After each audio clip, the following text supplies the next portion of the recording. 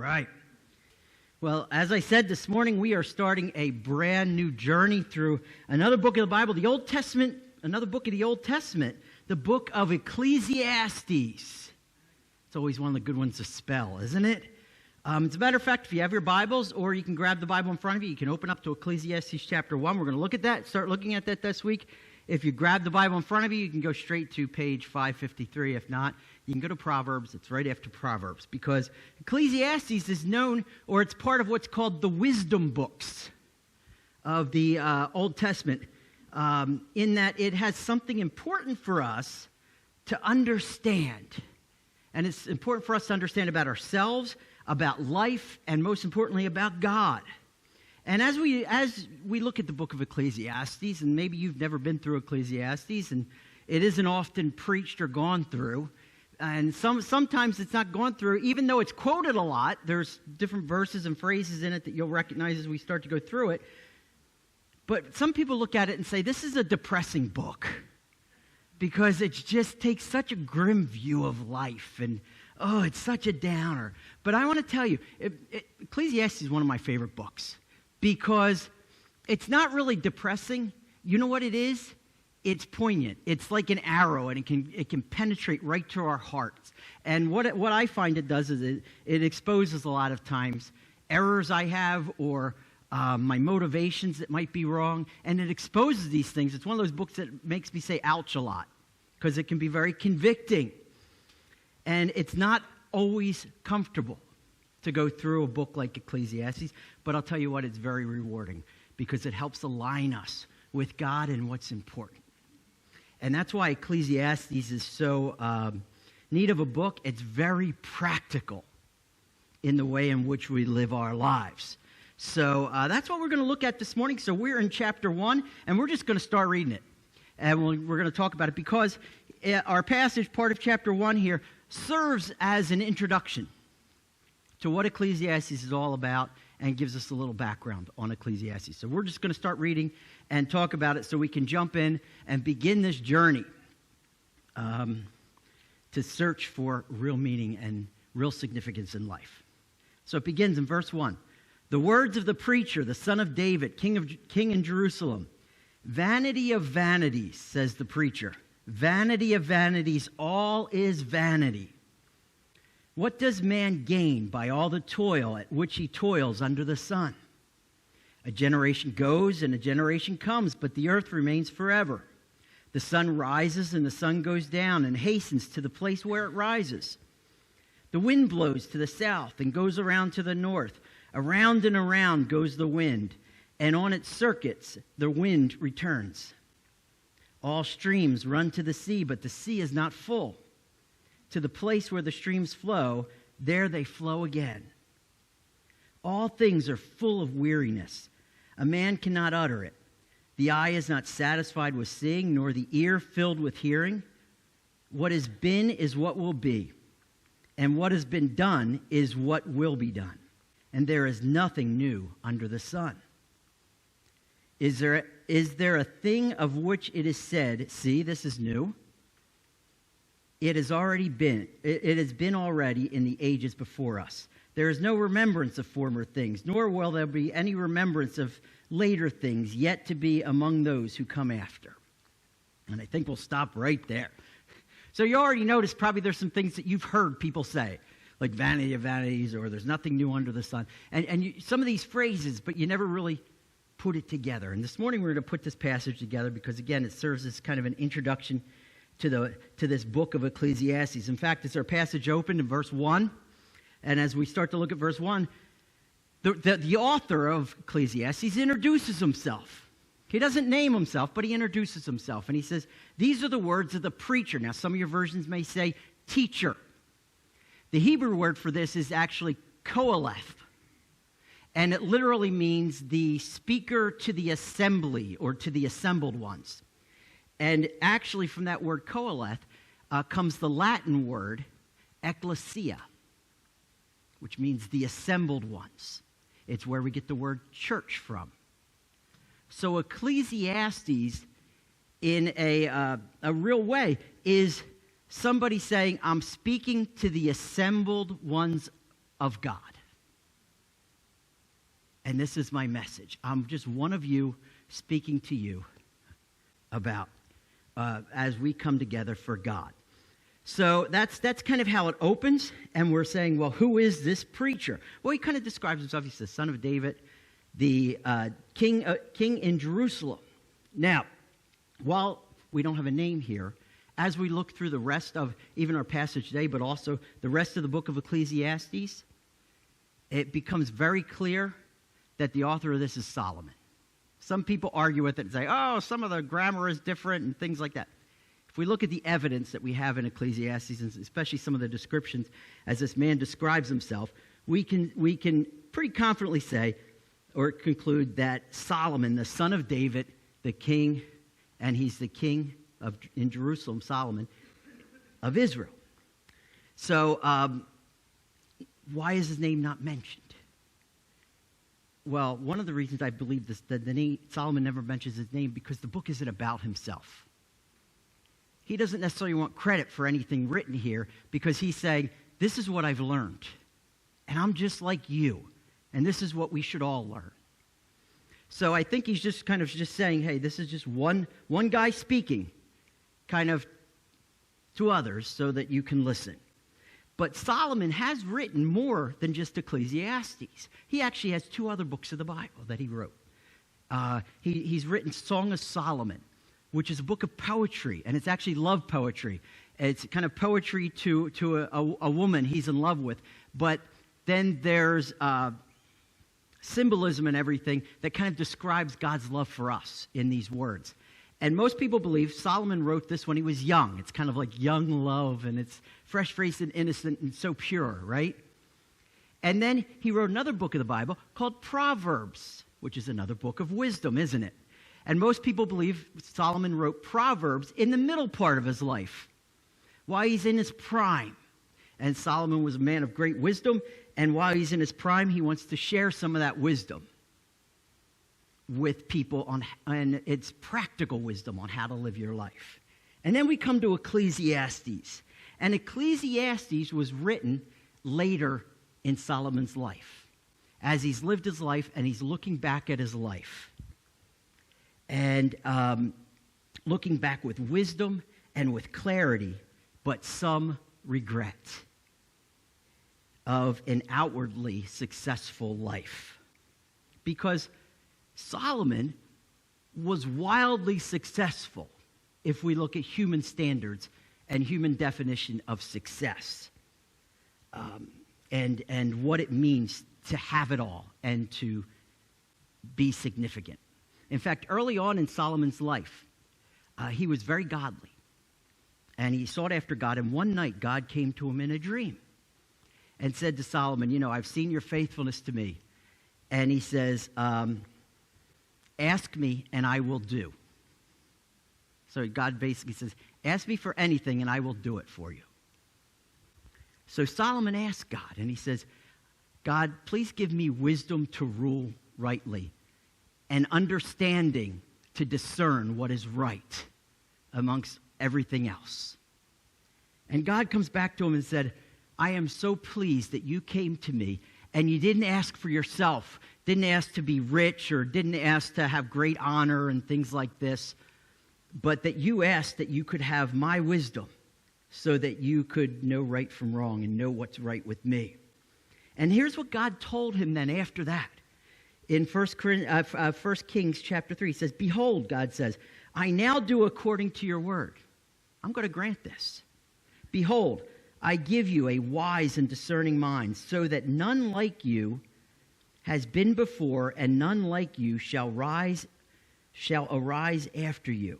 I give you also what you have not asked, both riches and honors, so that no king shall compare with you all your days. So Solomon then became the wisest man who ever lived. Not only the wisest during his time, but the wisdom of Solomon is the wisest any human being has ever been, save Jesus. So he was the wisest man, and he was the most powerful king. He was everything the world, even today, would say was successful. while he was king, Israel expanded its borders to have the most land they ever had, and the most power in the world they ever had was under the rule of Solomon. It also became greatly wealthy, and they had precious metals. They said there was so much silver in the land that it was like stones. Like finding a stone, you would find silver. And they had just this great power and wealth. And besides Solomon's inherited wealth, I mean, obviously, David had a lot that he gave him. So Solomon was already rich. But then he also had vast land. He received tributes and gifts from other dignitaries, and they would heap upon him all kinds of honor and money and gifts, and he would collect taxes, and he would make from that. But it says on top of all of this, Solomon had an income from mining gold, and he was over that. And it said that his annual income, every year, he would get almost 50,000 pounds of gold every year during his reign. Now, he reigned for 40 years. Do you know what 50,000 pounds of gold is worth today? Well, at least as of Thursday, $2.2 billion a year. Makes it for 40 years. Plus everything else he has and all the other worth. Solomon is richer than any man today or any man that we've ever known. Hundreds of billions of dollars he has. He could have anything he ever wanted at the snap of a finger. If he needed something, he could get it. Nothing was outside of his ability to acquire or to have. And even if you wanted companionship, he even had that. He had love. In fact, it's been said that Solomon had 700 wives and 300 concubines. So he had all the love he could ever want. And he was famous, and he was wealthy, and he was wise beyond comprehension. Yet somewhere along the line, through all of this, Solomon drifted. And he drifted from God. All of this began to cloud his commitment to God. That's why he would have 700 wives and 300 concubines. And his life became more about himself, what he had, and what he accomplished. So now he's older, and he's looking back at his life, and he realizes something very tragic. Look at verse 2 and 3. He exclaims, "Vanity of vanities, all is vanities," right? What is vanity? Vanity isn't like looking in a mirror and you kind of think a lot about yourself. That's not that's what we understand maybe vanity. But the word vanity literally means a breath or mist.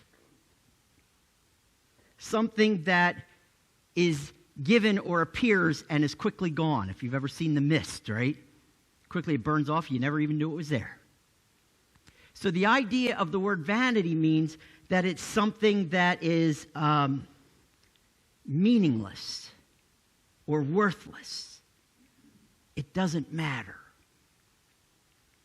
And Solomon says this meaningless, 5 times in one short verse. Remember, when we study Scripture and we want to know what's important in Scripture, a lot of times what's important is what's repeated. Here he repeats this 5 times. Vanity, vanity. All is vanity. Well, what is vanity? And then he says, here's what's vanity. Or here's what's meaningless. What does man gain with all the toil at which he toils under the sun? He says, you know what? What's vanity is the toil that man does, or all of his efforts to be and to do and to acquire, all of man's working. If he's working in his own effort, it's worthless. And this is really what the book of Ecclesiastes is about. This is why he says, this is the conclusion of it all. As I look back on life, everything I've done for myself and to acquire for myself, it's worthless. Now think of his worth in human level. And he says, it means nothing. And that's why in our series, and you'll see our series slides, it says Ecclesiastes, apart from God, nothing matters. You see, he was living his life apart from God. He was putting his effort into things apart from God. Not being led by God, not working in God's strength, not trusting God, not looking to do things for God's purpose, but rather his own. All that's gained, accomplished, and accumulated and achieved by human effort, or that which is about or for self, is meaningless. Our effort to be successful or significant in and of ourselves, all of this effort, every time I read this, you know what I think of? A hamster and a hamster wheel. Did you ever see a hamster and a hamster wheel? And they just run and run and run in this hamster wheel, and they never do anything except keep running. And while it's going around, they can't get off, and it really never gets them anywhere. The scenery never changes. It's just a lot of wasted effort. And that's what our lives can be when we're living it for ourselves and we're living it by ourselves, or to achieve or to do things, or to say, this is about my wisdom and what I think should be. You know what that is? It's a hamster running in a hamster wheel. We're working really hard, but we're not really doing anything. Told you this cuts, doesn't it? And then he kind of goes into, in our passage, he says, so what does all of this meaningless effort look like? Or what does it amount to in our lives? How do we recognize this meaningless effort? And maybe you feel this way. First, he concludes, do you know what meaningless effort is all about? It's about endless activity. Do you ever feel like endless activity?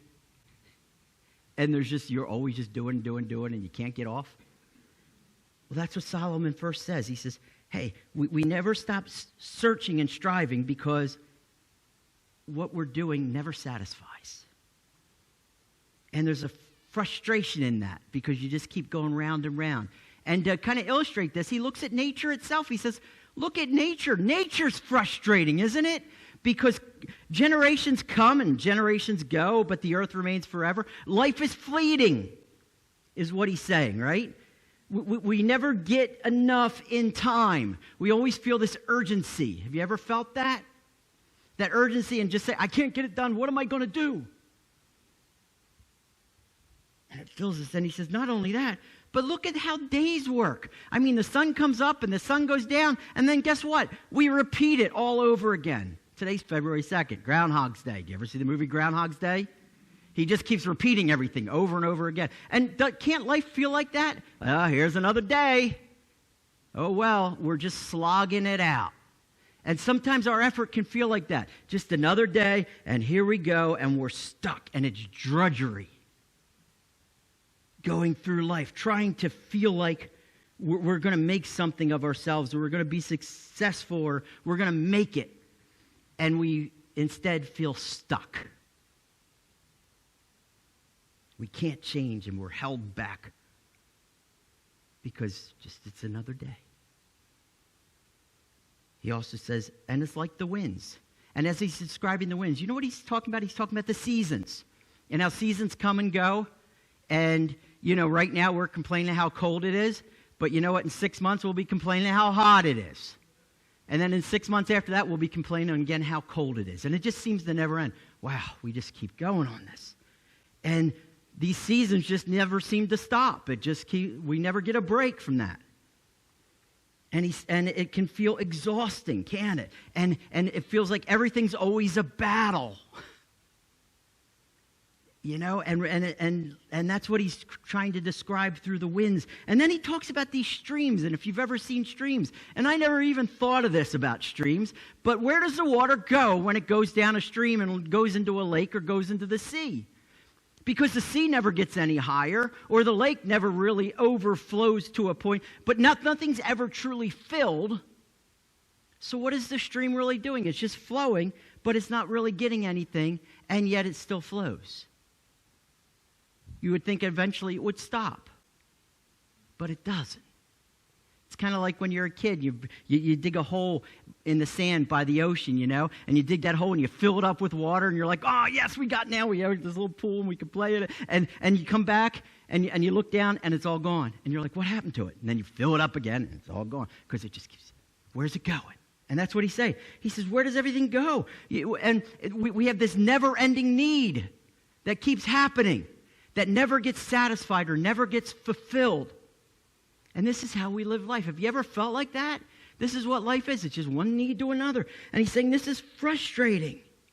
It's just endless. It just seems to never stop.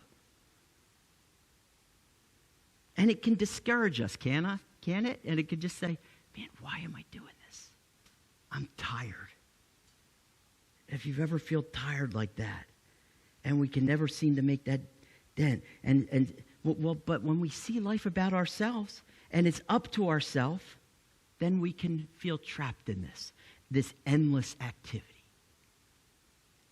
And then Solomon says, we not only feel like this when we do things by ourselves and in our own strength, but you know what? It's not only endless activity, it's also futile activity or meaningless activity. We think we're doing something significant only to find out it really didn't matter. And that's what he goes on to describe, kind of like that hamster on the wheel. We run and run and run, and we never arrive or get anywhere. We're only wearing ourselves out. Have you ever felt like that? You're trying to achieve something, trying to be significant, but you're exhausted and you're exasperated.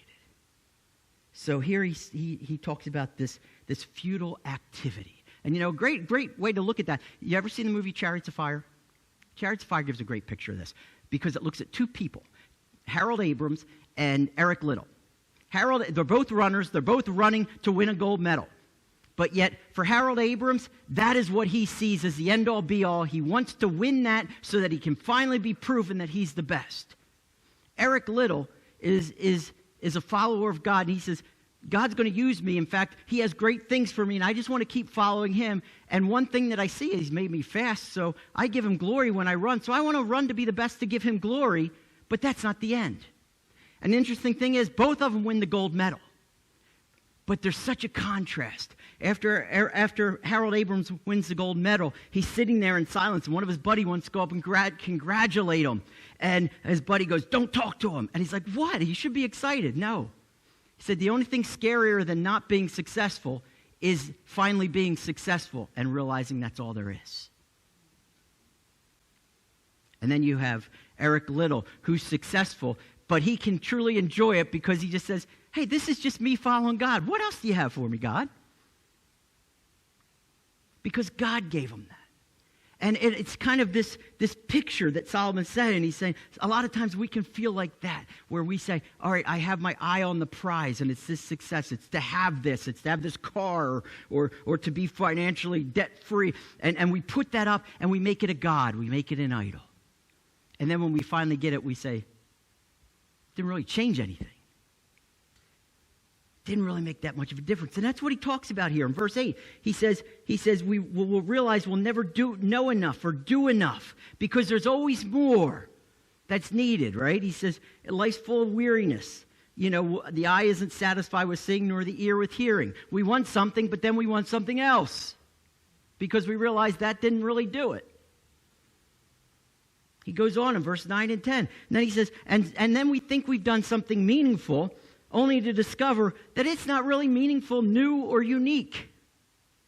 Because there's really nothing new under the sun. We think we've done something. It's been done before. I mean, look at the world around us. Look at movies. Movies are basically rehashing the same story over and over again with different characters in different settings. It's the same story. Especially on Hallmark Channel. Right? There's nothing new. And we say, well, look at the American government. Isn't it great? It's so unique in the world. No, it's not. Rome did this. It's just copying Rome. We say, but look at the moon landings. That was just groundbreaking in its significance. Was it really? Was it that much different in our day than Columbus discovering America was in his day? took risk and it took adventure and it took all of that, right? There's nothing new under the sun. Things have always been done. And we're going to find that. So if we're looking for that to give us meaning and success, to say, now I can look, I broke this record. And I've set this record, now I'm finally significant. Guess what? The record will be broken by somebody. Somebody will come along that's better than you. Remember when Michael Jordan was playing, I said, there'll never be one as great as him. There's guys that are just as good. And it just comes along, and if we're putting our things in that, we're going to find it's futile. And then finally in verse 11 he says, and when it comes to our legacy, we start to realize that just like we don't remember those who come before us in any powerful way as they lived their life, we may think we're doing so much in our life to be remembered, and we realize we're the only ones that remember ourselves, and after we're gone, it goes away. Ask someone who's 16 years old about World War I. The war to end all wars, the greatest war ever fought, the most costly war ever fought. I don't know anything about World War I. There was a one. Or you ask someone to recall Mike Schmidt, and they'll say, who was Mike Schmidt? Who's he? And yet, during his day, hey, if I'm putting it into myself and who I am and my importance, that's going to be forgotten. And this is what self-effort gets us. It's what it looks like.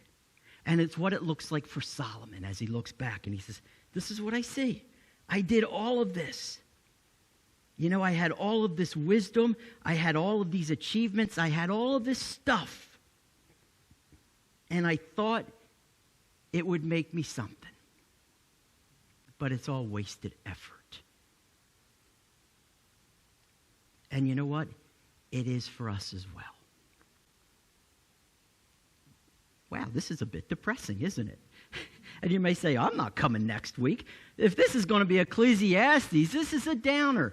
But Ecclesiastes has more than just this. You see, because every time Solomon puts something like this, there's a, but God. There's hope in God alone. In fact, that's how he closes out the book. And the last 6 chapters of Ecclesiastes looks at that and says, maybe we should be looking at God. And at the end he says, this is the measure of all of this. The most important thing of life is to follow God and trust him. Just blew the ending, didn't I? But it's all through the book of Ecclesiastes. He said, but there's another way. There's another way of looking at this. Instead of saying, I'm the end-all, be-all, and I'm looking towards these things because it's about me and my perspective and what I think is important about my effort, maybe start looking at it from God and see what's important to him. And when we start to, and rather than being hamsters on a wheel running and spending ourselves and never getting anywhere, all of a sudden we see hope. Because God is a God of hope. And God is a God who restores.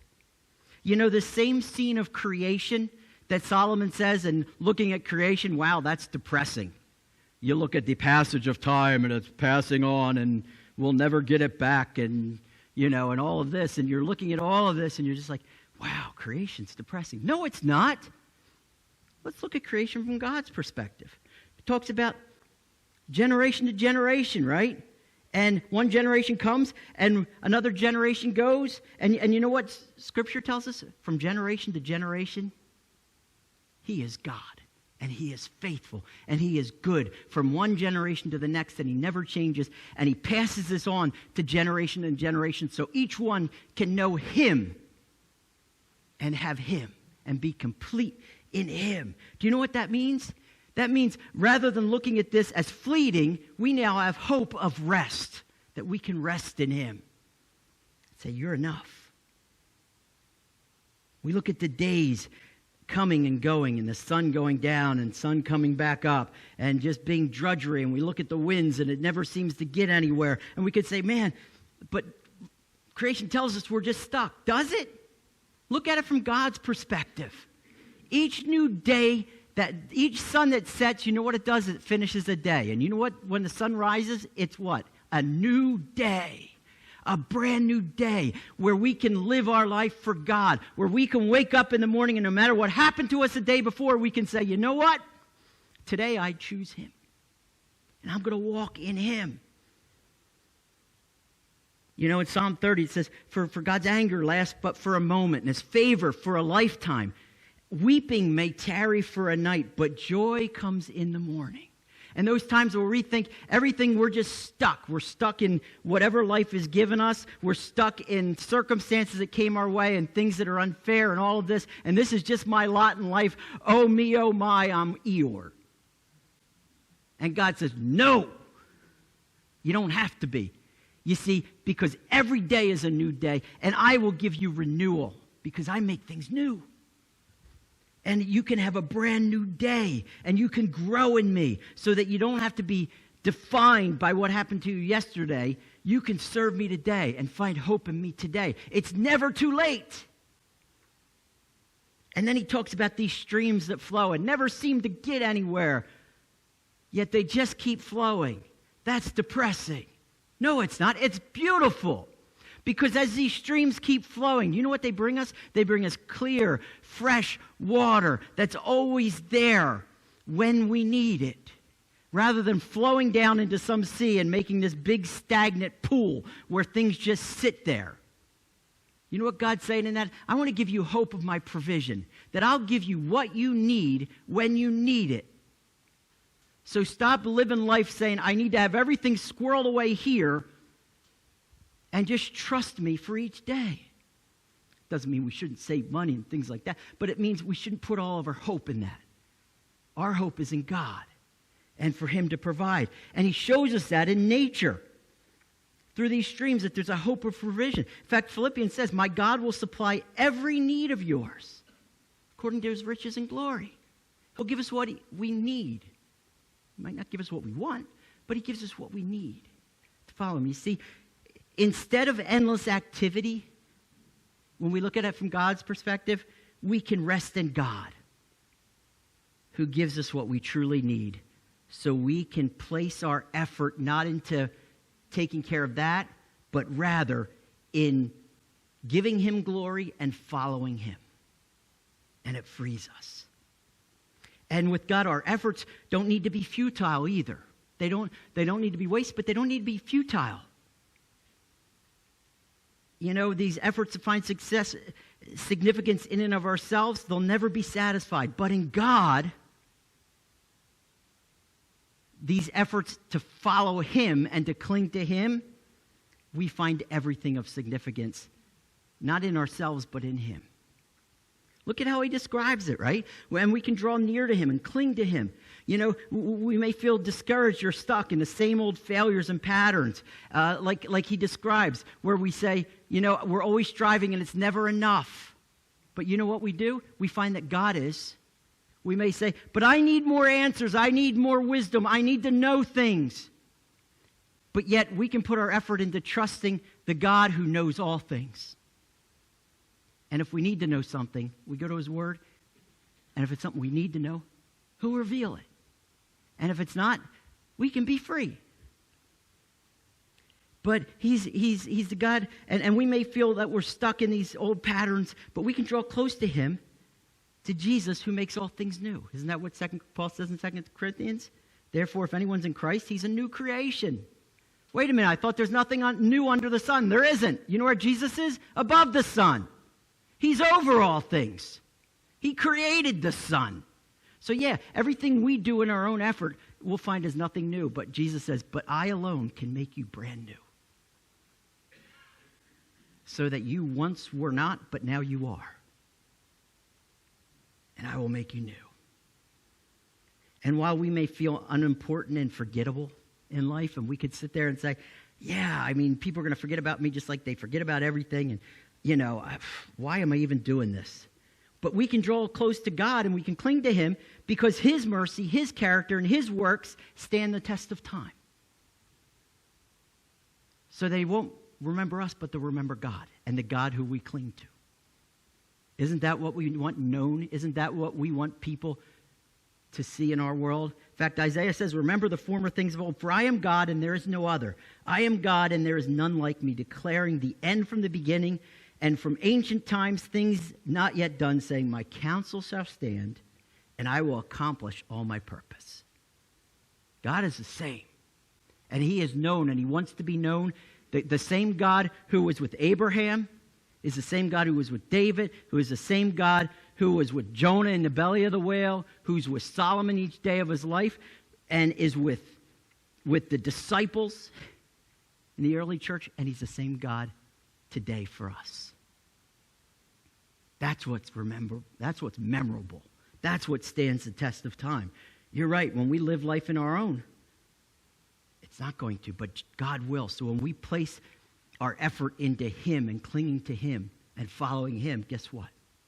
What we do matters because it points to him who never changes. You see, instead of futile activity, we find significance not in what we achieve or how we're remembered, but by belonging to our God who alone matters. Seeing hope here now? Hopefully it's pumping you up. It pumps me up. Because I see in my own life all the times where I'm trying to do things even in my own strength, even in ministry, to try to make things happen in my own strength and manufacture things. And you're sitting there, it's getting nowhere. What should I be putting my time in? God, change me. If you change me, that's going to matter. And it's going to matter to others because they're going to see you instead of me. And we can live our lives like that at work and going through the drudgery, or we can say, God, use me at work. That's what matters, is that you're seen in and through me. Not that others see me as important, but that they see you as everything. So this begins our journey through Ecclesiastes, where we're going to discover, apart from God, nothing matters. And it's in our passage today that we discover this in a nutshell, in a sentence. Instead of futile activity, in our efforts, we will only waste energy and get nowhere. But in God alone, we find satisfaction. You want to know what this passage is about? You want to know what Ecclesiastes is about? If we live our life for ourselves and in our own effort, we're only going to waste our energy and we're going to get nowhere. But in God alone, we'll find that satisfaction. Everything we've been looking for is found in him. That's a promise. How empty and frustrating our efforts to live lives that matter can be apart from God. Are you tired this morning? Are you tired from trying to make this and to be this and to do this and feeling like you have to achieve something to matter? Do you know how each and every one of us matter? We cling to God through Jesus. And we say, I am nothing, but Jesus is everything. I can do nothing of significance, but Jesus has done for me what I could never do. And it's through him that everything matters. And we put our lives to him. And if you can relate to this, maybe you feel this morning like you're on a hamster on a hamster wheel. We don't have to feel like that. Our world tells us that we have to keep doing that. We have to keep going, keep doing. We don't have to. We don't have to live life on a hamster wheel. We can cling to God. We don't have to run ourselves ragged and miserable. We can get off. We can find rest and significance in our God who loves each and every one of us. And this is where it starts. It starts not with futility, not with vanity of vanities, but hope. Hope in a God who can do what we could never do for ourselves. And as Solomon looks back at his life, he says, I see this. Doesn't mean anything. But now that I'm older, I want to save people the heartache that I am now going through. And I'm going to tell you what's important. God and God alone. From his perspective, his way will always satisfy. Let's pray.